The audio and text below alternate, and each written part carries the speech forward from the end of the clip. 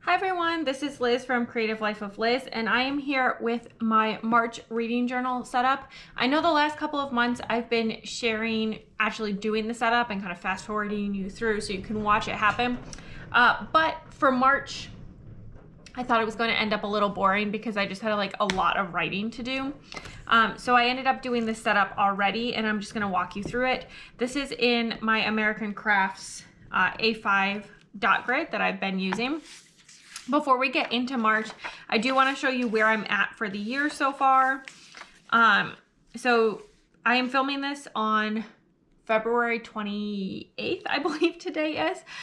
Still a little bit of the month, but just a couple of days. But you can see doing really well at reading. I've actually had a lot of really good reading days recently, and I'm also keeping up with my goals so far for this year. Over here, I've done the 2 buzzword challenges so far this year. I need to make sure I don't forget the character one in March.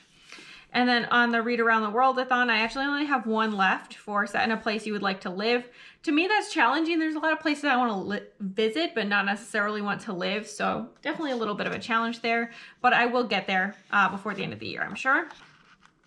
I think I'm making decent progress on my Pop Sugar reading challenge. We're kind of through all the easy ones for me at this point, but I do think that I will be able to keep making progress, but there will be a few that I'm going to be struggling with when we get towards the end of the year, I think. And then for Romanceopoly, I'm keeping up with this as well, so I have 8 finished prompts so far this year. And then on the Adventure in Aldea, the 2 finished prompts, and then I will need to read a middle of the series book in March so that I can stay caught up there as well. Moving into everything else, I did want to show you just what I did for my book summaries and section to kind of close out January. So when I finish my list of books at the end of January, which I'd showed you pretty much all of that before, this is what I did in the first couple of days of February, just as a way to reference. So I did some book summary kinds of things here. I didn't do this last year, but I thought it would be fun this year, and then just added a little bit for design. So I put in my favorite read, which was Ever After Always by Chloe Leese. I believe this one was a reread for me this time, but I just talked through, it was a reread. I talked through my why, gave a couple of sentences there. I talked about what I was most excited about. So this is kind of something that's more like a surprise read, or something that makes me want to read more books in the series, or, otherwise got me interested. Wasn't really necessarily something I was expected to have be a 5-star or anything like that. But for January, that was The Carnal Tower by E.M. Lindsay. This is a series, so I just talked a little bit through why I was excited about having this new series and being able to kind of jump back into this author's world. Over here on the side, biggest disappointment. Also wanted to talk about that. That's not necessarily my worst read of the month, and in fact, this was not my worst read of the month. I think I gave it 3 stars. But I did give a why on this. So this is the one that I really had very high hopes for. I actually cried in book 4 in this series, and then this was book 5, and it was kind of disappointing. And then my top recommendations of the month, these are just a few books that I would definitely recommend. I gave a very short description on why for each of those, but this isn't necessarily my top 5 for the month, but these are things that I think I'm going to be talking about with other people in the future. If you want to read any of this in more detail, definitely just pause. In terms of the reading stats, I kind of pared down what I did in 2023 just a little bit for what I'm actually going to put here, and then I'll do end of year stats for sure. I keep all of this in a spreadsheet, so I have a lot more details about all my reading than what I'm actually sharing. So on this side are just a few stats. So I read 31 books, about a little over 8,700 pages. I didn't DNF anything. My max rating was 5. My min rating was 1.5. Average rating of 3.4 stars. That's actually a pretty good reading month for me. Average days per book, it takes me about 1.7 days to read a book on average. I just assign all books a whole number of days to read. So if I started it, the afternoon of one day and finished it the morning of the next day, I still call that a 2-day read. So this is obviously not necessarily an accurate picture, but basically I carry books over to another day kind of situation is kind of how I think of this. This is my distribution of my various star ratings. As you can see, 3 stars are by far my most common. I actually had a lot of 4-star reads for me for January, and I had a 5-star. So definitely a pretty good distribution for me. I read 19 books from authors I've already read from before, and 12 were new to me authors. And then I was about half and half on books that were own voices. So that was very exciting to me. I like to read a lot of own voices. I think it's more interesting. And I like to get other people's perspectives. So I think this was a pretty decent reading month in terms of own voices. Genre, I had Kindle Unlimited still, so lots of romance. 29 of my 31 reads were romance books. I find Kindle Unlimited very friendly to romance reads, so I read a lot of that while I had it. I read 1 history and 1 mystery book. And then in terms of romance genres, so these are like subgenres within romance. 19 of the 29 were contemporary, and then I read a few paranormal, a couple historical, and a few fantasy romance. So definitely kind of a spread there. Overall, contemporary romance is probably my most read genre / subgenre. In terms of my distribution of types of reading, I read 27 audio ebooks, 3 audiobooks, and 1 paperback. So you can see, again, these were all KU books. So you can kind of see how that distribution happened. And then these are the publication year of the books that I read. Most of them were from 2023, but I did have a decent number of new reads for published this year, which is really good for January. 9 from 2022, and then a couple older books. So a little bit of a distribution, nothing very old and stuff that I was reading though. So with that, we move into February. Here's my cover page. You saw this when I did the setup. Still very foily and gold. I did get my 4 Romanceopoly reads read. I did manage to read both of these priority reads and get those reviews submitted. X's and O's readathon. Oh, I did actually join the wrap up. I just never marked it down, so that is my bad. Joined live wrap up on 2/5. I should just mark it, and then you will now see I actually use a ruler to try to get it slightly better / straight than it would be otherwise. Definitely still not perfect, but there we go. X's and O's readathon. I was team O's, and I did finish all the prompts.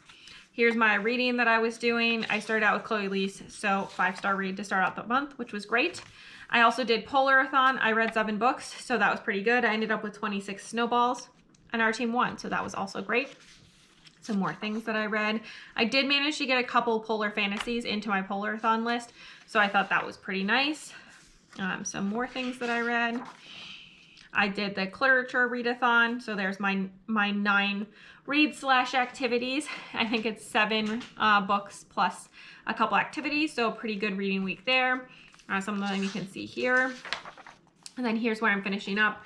I'll probably have a couple more books here. This page for sure is going to be empty. I will probably just put some, like a quote there or something like that. But I wanted to leave 2 full pages for my kind of like questions section and 2 full pages for my stats. So that's where we're at. We then get into the March setup. So for this month, I'm using this washi, which came from Michael's. I think it's a American Crafts set, but it's kind of rose gold foiled. I ended up actually only using these 2 bottom ones, but I did pull out the full set. And then my pens for the month are this skinny gray Kelly Creates. This is a small brush pen.